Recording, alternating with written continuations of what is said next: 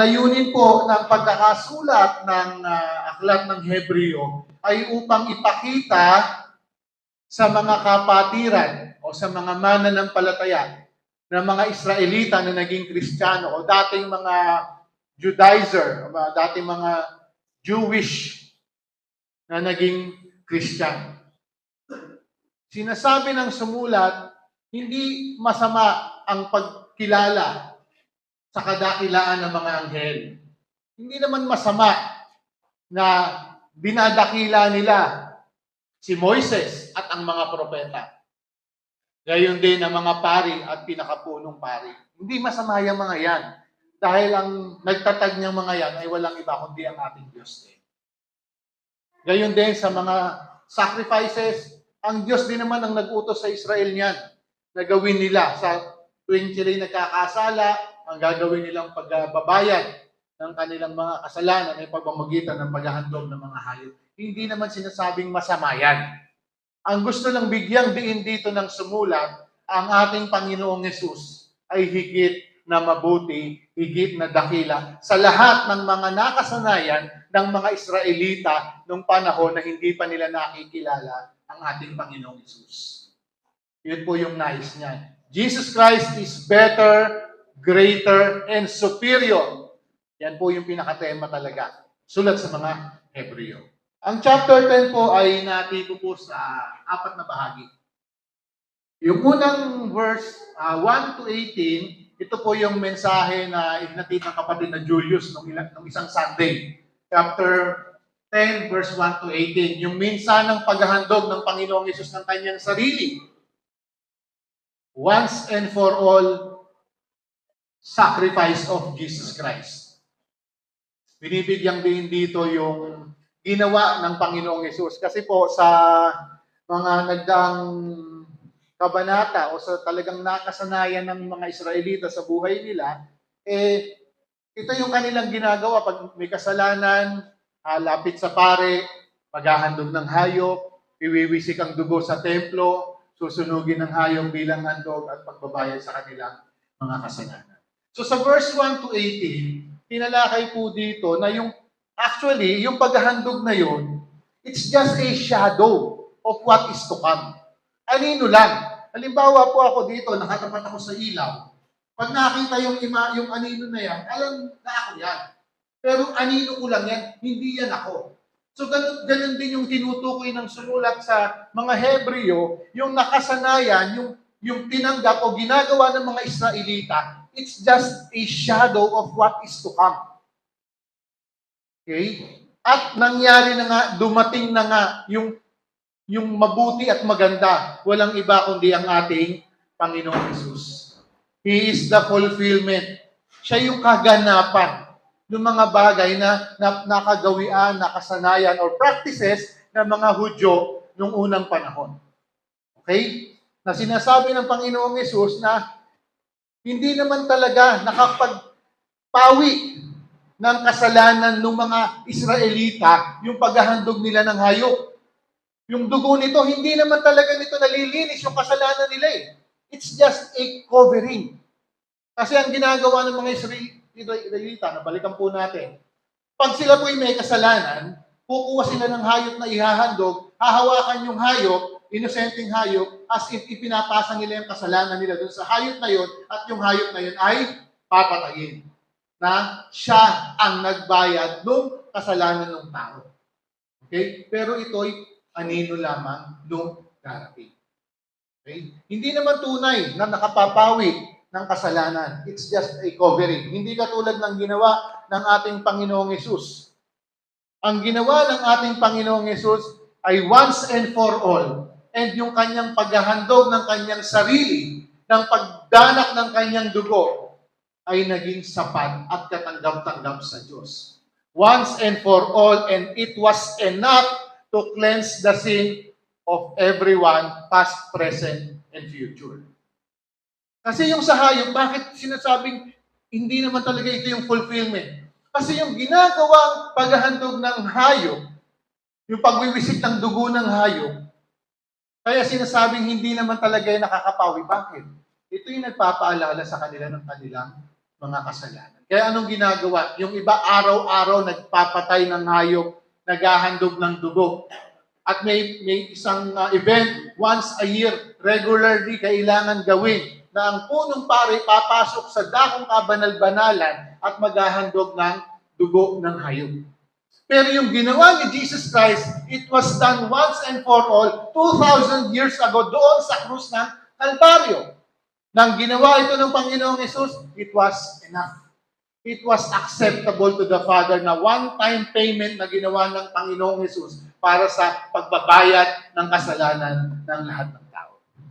So sa verse 1 to 18, yung shadow ng paparating, yung tinutukoy doon, and the completion, and yung pagiging ganap noon ay walang iba kundi yung ginawa at pagdating ng ating Panginoong Hesus.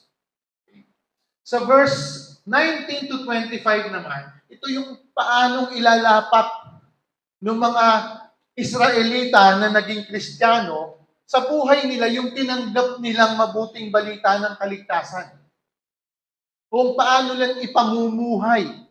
Kasi ang buhay nila noon, ganun ceremonially Kung ano yung sinasabi ng kautusan, yun lang yung dapat nilang sundin. Yung kautusan, sobrang dami po niyan. Hindi lang yan 10 Commandments. Mahigit 600 yan. Kailangan nilang sundin yun. Pero dito, tinutukoy ng sumulat sa verse 19 hanggang 25 kung paano sila dapat mamuhay bilang mga Kristiyano. Sa 26 to 31 naman, ito naman yung babala na ibinibigay ng sumulat para doon sa mga lumalapastangan o sa nagbabaliwala ng ginawa ng Panginoong Hesus para sa tao. May warning po dyan. Okay, tapos sa verse 32 to 39, dito naman yung pagpapalakas ng loob ng mga kapatid. Yung pag-i-encourage sa kabila ng kanilang mga sufferings, troubles, and trials. Ang mga talata na itong nag-i-encourage sa bawat kapatid. Tingnan po natin.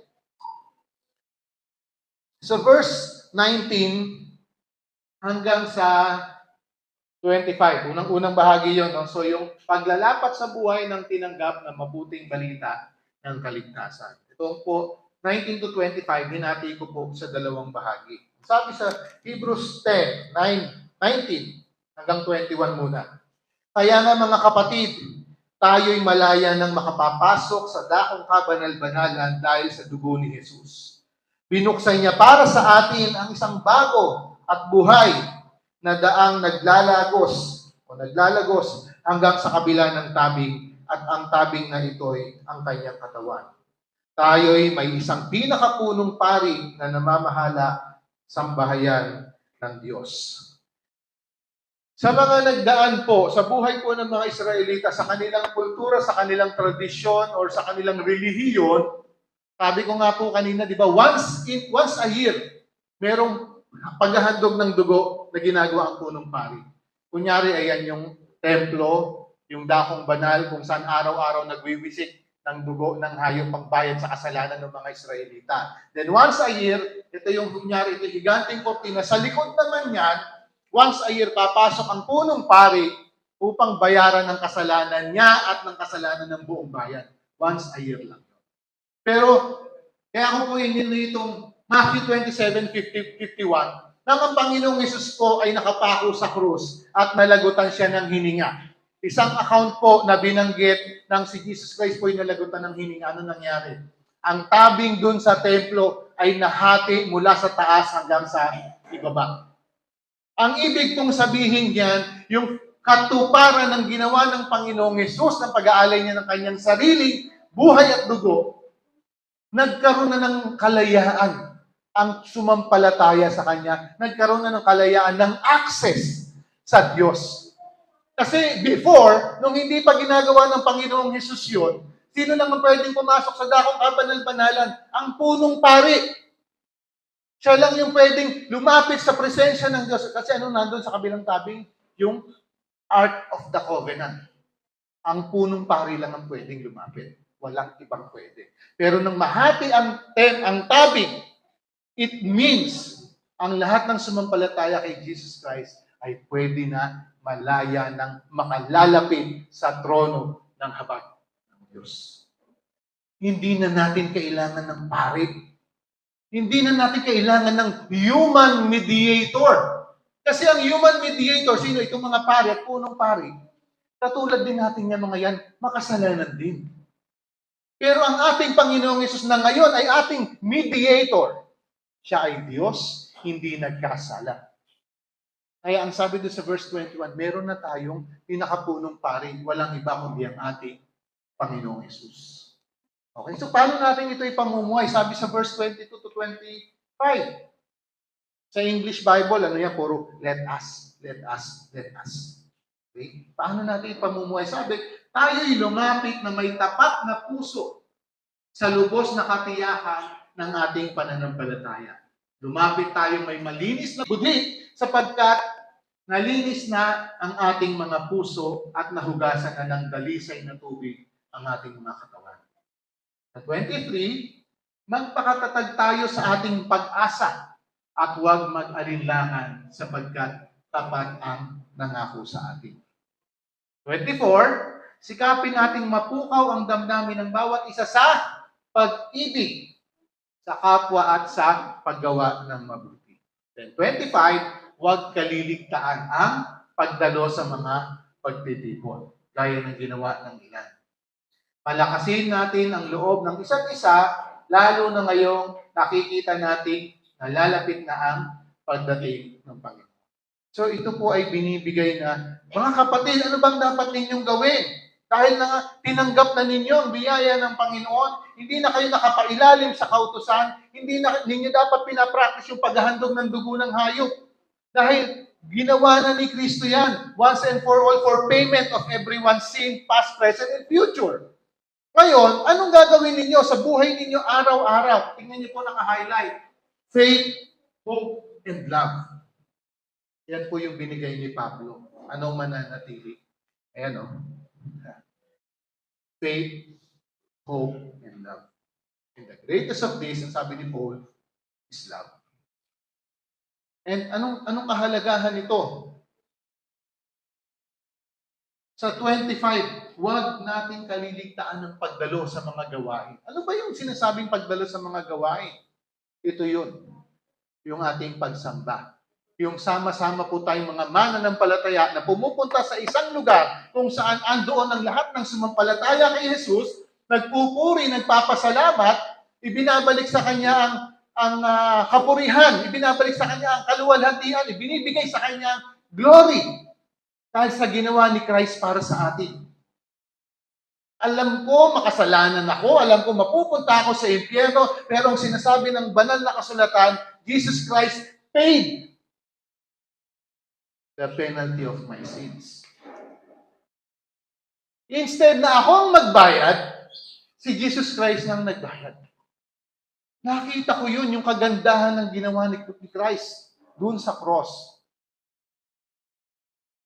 Kaya yan yung nais ng sinasabi ng sumulat, yan ang dapat ninyong gawin, mga kapatid. Lalong-lalo niya, huwag ninyong hahayaan ang mga pagtitipon. Dahil ang pagtitipon po, napaka-importanting bahagi ng buhay ng isang Kristiyano. Hindi mo pwedeng sabihin, okay lang ako sa bahay, sasamba lang ako mag-isa. Pwede na yun, tatanggapin na ni Lord yun. Oo, pwede mong gawin yun. Pero, better na nandun ka sa lugar kung nasaan doon ang iyong mga kapatid sa pananampalataya at sama-sama kayo na sumasamba sa Diyos. Kasi po, kung pwede naman na ganun na lang, pwede namang hindi na lang nagkakasama-sama, nakikita-kita, ba't nilagay pa yan na paalala na huwag kaligtaan, huwag hayaan ng pagtitipon? Kasi importante.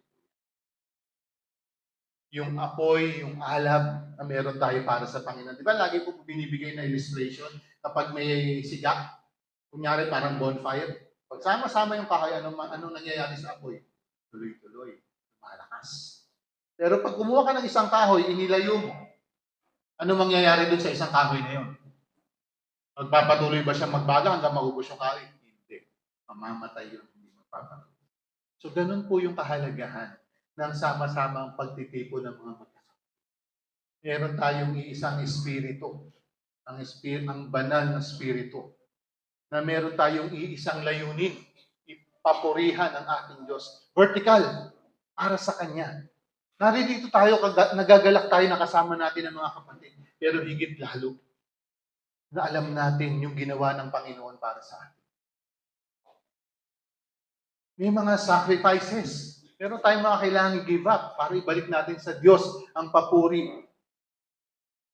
Pero ito po ay mahalaga sa paglalapat natin sa buhay natin, yung pagkilala natin doon sa ginawa ng Panginoon para sa atin. So dito naman po ang babala sa mga lumalapastangan sa ginawa ng Panginoon Jesus. Sabi sa verse 26, babasahin ko po, 26 hanggang 31. Matapos nating malaman at tanggapin ang katotohanan at sadyain pa rin magkasala, wala nang handog na may aalay pa para sa ikapagpapatawad ng ating mga kasalanan. Ang naghihintay na lamang sa atin ay ang kakilakilabot na paghukom at ang naglalagablab na apoy na tutupok sa mga kaaway ng Diyos. Ang mapatunayang lumabag sa kautusan ni Moises, batay sa patotoo ng 2 o 3 saksi, ay walang awang pinapatay. Gaano kabigat sa akala ninyo ang parusang nararapat sa taong humahamak sa anak ng Diyos, lumalapastangan sa dugong nagpatibay sa tipan at nagpabanal sa Kanya, at lumait sa mapagpalang Espiritu, sapagkat kilala natin ang nagsabi, akin ang pagliganti, ako ang magpaparusa. At siya rin ang nagsabi, hahatulan ng Panginoon ang kanyang bayan. Kakilakilabot ang mahulog sa kamay ng Diyos na buhay.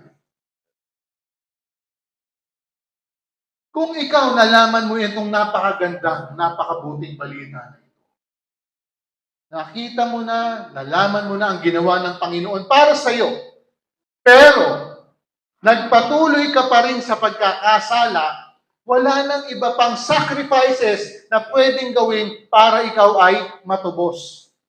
Kasi yung pinakamabuti na payment para sa kasalanan ng tao, binigay na ng Diyos. Walang iba kundi ang kanyang anak. Ngayon, ang babala dito, doon sa mga magpapatuloy pa rin sa pagkakasala, kahit alam na ginawa ito ng Panginoon para sa kaligtasan ng tao, ayan yung mga warning. No? Kasi ang sinabi sa Acts 4:12, tingnan natin, no? Sa Acts 4:12, walang ibang paraan ng kaligtasan ang binigay ng Diyos, kundi kanino lamang sa pamamagitan ni Jesus Christ. Under the heaven, wala nang iba. Ngayon, kung itong bagay na ito, na narinig mo, na nalaman mong ginawa ng Panginoon, ay parang baliwala lang sa'yo, okay lang yan, magpapatuloy pa rin ako sa ginagawa ko kasi wala namang bearing sa akin yan. Andiyan ang warning ng Panginoon. Matthew 28, sabi, huwag mong katakutan ang mga pumapatay ng katawan. Ngunit, hindi nakakapatay ng kaluluwa. Katakutan ninyo, siyang makakapuksan ng kaluluwa at ng katawan sa impyerno. So ito po yung nilalaman ng babala ng sumulat. Kayo, alam na ninyo yung katotohanan, pero ayaw pa ninyong tanggapin. Yung inyong pagtanggi, yung inyong pagtalikod, it is considered paglapastangan. Sa malalim na Tagalog, pamumusong sa banal na Espiritu. Yan yung kanyang babala. Nakakatakot, di ba? Kasi ang sabi ng Panginoon, siya ang maghihiganti. Siya ang, yung uot niya, yung parusa niya, ibibigay niya sa mga lumalapastangan. Ito pa po isa. Matthew 12, 31, 32. Tingnan niyo po yan. Kaya sinasabi ko sa inyo, ang bawat kasalanan at paglapastangan ay ipapatawad. So may forgiveness ang anumang kasalanan at paglapastangan. Ngunit, ang paglapastangan sa Espiritu Santo ay hindi ipapatawad o hindi ipatatawad. Ang sino mang magsabi ng isang salita laban sa anak ng tao, so ibig sabihin kung ano man salitang bitawan mo against Jesus Christ, sabi, patatawarin. Ngunit, ang sino mang magsalita laban sa Espiritu Santo ay hindi patatawarin. Maging sa panahong ito at sa panahong darating. Kaya po, napakalaki ng katanungan dyan eh. Ano po ba yung tinatawag na kasalanan walang kapatawaran? Pag sabi dito, mapapatawad ang mga kasalanan, pati ang paglapastangan. Pati ang salita mong bibitawan against Jesus Christ. Pwede. Pero yung paglapastangan sa banal na spirito, anong English niyan? Blasphemy of the Holy Spirit, it is the unforgivable sin. Ano yung blasphemy of the Holy Spirit? Kapatid, ikaw na makasalanan, alam mo sa sarili mo na makasalanan ka.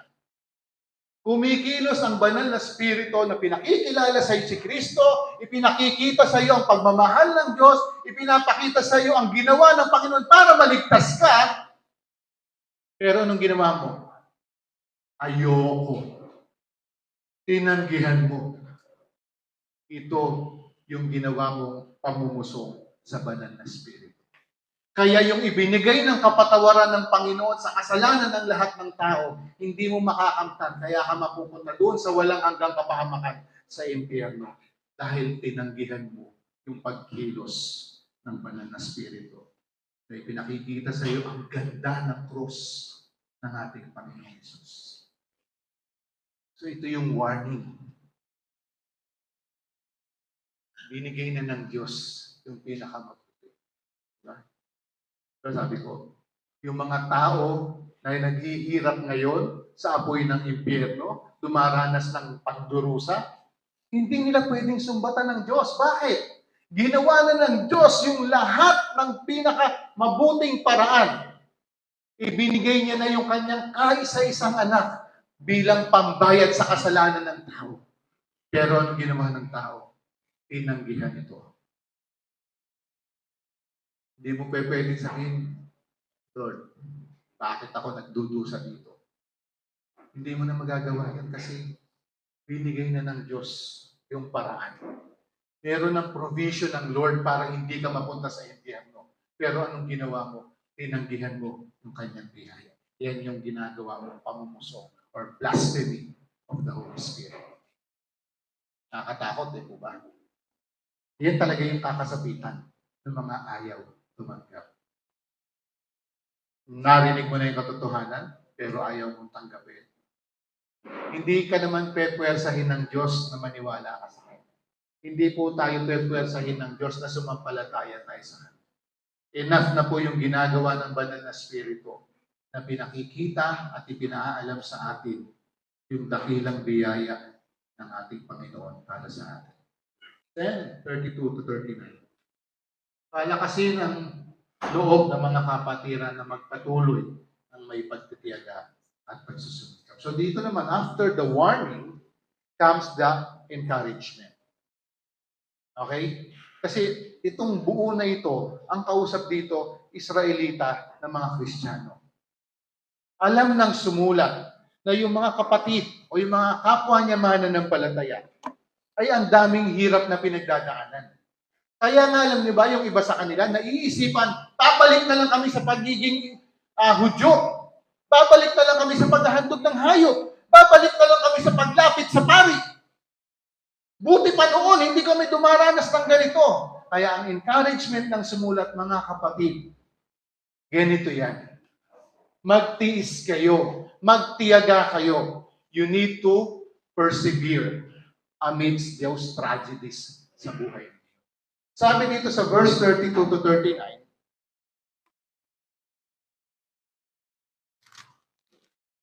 alalahanin ninyo ang mga araw na nagdaan, kung paanong kayo'y nagtiis ng matinding hirap, matapos na kayo'y maliwanagan,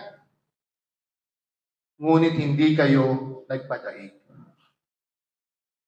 Kung minsan kayo ay iniinsulto at pinahihirapan sa harap ng marami ng madla, kung minsan naman, kayo ay ang umaalalay sa mga kasamahan ninyo na pinahihirapan ng gayon. Dinamayan ninyo ang mga nakabilanggo at hindi kayo nalungkot nang kayo'y agawan ng ari-arian sapagkat alam ninyong higit na mabuti at nananatili ang kayamanang nakalaan sa inyo. Kaya't huwag kayong mawawalan ng pananampalataya sa Diyos, sapagkat dakila ang naghihintay na gantimpala para sa inyo. Kinakailangan kayo'y magtiis upang masunod ninyo ang kalooban ng Diyos at matanggap ninyo ang Kanyang ipinangako. Sapagkat kaunting na panahon na lamang, hindi na magtatagal at ang darating ay darating na. Ang matuwid kong lingkod ay mabubuhay sa pamamagitan ng pananampalataya. Ngunit, kung siya itatalikod, hindi ko siya kalulutan. Ngunit hindi kayo kabilang o hindi tayo kabilang sa mga tumatalikod at napapahamak, kundi sa mga may pananampalataya at naliligtas. Yan po natin yung 12:2 ng Hebrews. Next 2 chapters po ito. No? Sabi dito ng sumulat, gawin nating ituon ang ating paningin kay Jesus Christ.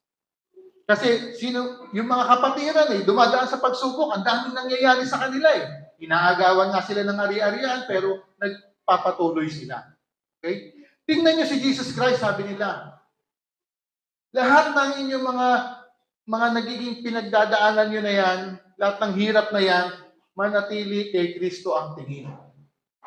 Bakit? Si Jesus Christ sa kabila ng kanyang hirap, sa kabila ng sufferings na pinagdaanan niya para sa kasalanan natin, hindi naman niya kasalanan Tiniis niyang lahat ng iyon. Bakit? Para doon sa kanyang inaasahan glory. Para sa kanyang inaasahang magiging bunga ng kanyang kamatayan sa cross. Ano yun? Yung makasama niya tayo doon sa kanyang piling, sa kaharian ng Ama. Yun yung kagalakan ni Jesus Christ. Kaya okay lang. Kahit na si Jesus Christ ay ituring na napakasamang kriminal kasi ang penalty niya, crucifixion Yun yung pinakamalalang punishment sa isang kriminal. Pero ang Panginoong Hesus hindi siya nagkasala. And yet, tinanggap niya yung parusa na yun. Bakit? Hindi naman niya iniisip yun. Ang iniisip niya yung bunga nito. Yung magandang epekto ng kanyang kamatayan sa cross. Alin? Kaligtasan ng tao. Kaya sinasabi din dito ng sumulat, kayong mga kapatid, ito yung mga pinagdadaanan ninyo. Anong gagawin ninyo? Magpatuloy lang kayo. Kasi yung reward ninyo, wala dito sa lupa. Nasaan ang reward? Nandun sa langit na hinihanda ng Diyos para sa lahat na nagtitiis, nagsusumikap, nagtsatsaga, at nagpapatuloy para sa Kanya. Okay? Napakaganda pong halimbawa ng ating Panginoon Jesus. Next. Kung walang pananampalataya, hindi maaaring kalugdan. So, it is impossible to please God without faith. Okay? So itong sinasabi dito ng sumulat, sa ending, na ang matuwid kong lingkod ay mabubuhay sa pamamagitan ng pananampalataya, ngunit kung siya'y tatalikod, hindi ko siya kalulugdan. Pero inassure naman ng sumulat na hindi tayo kabilang sa mga tatalikod. No? Kasi meron tayong pananampalataya. At sinasabi ng banal na kasulatan, meron nalulugod ang Diyos sa isang tao na merong pananampalataya. Kaya sapagkat sino mang lumalapit sa Kanya ay dapat sumampalataya na may Diyos at siya ang tagapagbigay ng timpala sa mga masigasig na humahanap sa Kanya. Kaya tiniyak dito nung sumulat na mga kapatid, okay lang. Marami kayong pinagdadaanan. Marami kayong hirap. At yung iba talaga, nangyayari na tatalikod na lang. Pero sabi niya, may consequence yung pagtalikod. Pero sabi niya rito, hindi tayo kasama sa mga tumatalikod at napapahamak. Kundi kabilang tayo sa mga may pananampalataya at maliligtas. So, ito po sa chapter 10 na ito na binibigay ng sumulat sa mga kapatid, yung assurance ng kanilang napakagandang kalagayan sa biyaya ng Panginoon. It did not guarantee na easy-easy ang buhay. Mas tiniyak pa na may mga pagsubok, problems, pain and sufferings bilang Kristiyano. Pero anong sabi? Keep the faith. Magtiwala lang tayo sa Panginoon. Dahil sinabi sa mga talata, ang nagbigay nito sa atin ay tunay na mapagkakatiwalaan. Yan yung pag-ibig ng Panginoon. Kaya sinasabi ng sumulat sa mga Israelita na naging Kristiyano, huwag na kayong bumalik sa dati ninyong kaparaanan. Do not settle for less. You already have the best. You are in the best situation in life right now. Huwag na ninyong tangkain bumalik pa sa dati dahil hindi yun ang mabuti. It's just a shadow. Anino lang yun nung mabuti. Nandyan na kayo ngayon sa mabuti. Kaya magpatuloy kayo, magtiyaga kayo, dahil hindi nawawala ng saysay ang lahat ng tapat at mabuti ang Diyos, lahat ng ating ginagawa para sa Kanya, hindi nawawala ng kahulugan. Salamat sa Panginoon dahil sa buhay natin, alam naman po natin, halos buong buhay natin naging makasalanan. Halos buong buhay natin naging makasarili tayo. Halos buong buhay natin, hindi natin hinanap ang Diyos. Pero, naranasan natin, nalaman natin yung katotohanan, na kaya pala si Jesus Christ nakapako sa krus kasi ako'y makasalanan at mapupunta sa impyerno. Kaya pala siya nandoon dahil siya ang nagbayad ng dapat kong bayaran. Deserve ko ba yon na may ibang sasalba sa akin? Hindi ko deserve yon. Anong deserve ko? Impyerno. Pero dahil sa pagmamahal ng Diyos, dahil sa habag niya sa akin, ayaw niya akong magdusa ng walang hanggan sa init at apoy ng impyerno. Kaya ang ginawa ng Ama, binigay niya ang anak. At ang anak ang nagbayad ng kanyang buhay. Ibinigay niya ang kanyang sarili, ibinigay niya ang kanyang buhay, ang kanyang dugo. Namatay siya dun sa cross. Inilibing siya. Hindi siya nanatiling patay. Muli siyang nabuhay sa ikatlong araw. Ito ang katotohanan na pundasyon na pinangahawakan natin. Na kung ano yung ginawa ng Panginoon para sa atin, pinakamaganda at pinakamabuting regalo na matatanggap ng isang tao. Pinakamabuting relasyon na magkakaroon ng isang tao nito. Personal na relasyon sa Panginoong Jesus. Guaranteed may mga pagsubok na darating. Pero anong sabi ng sumulat? Magsunikap, magtiis, magtiyaga, dahil tapat na nako sa atin.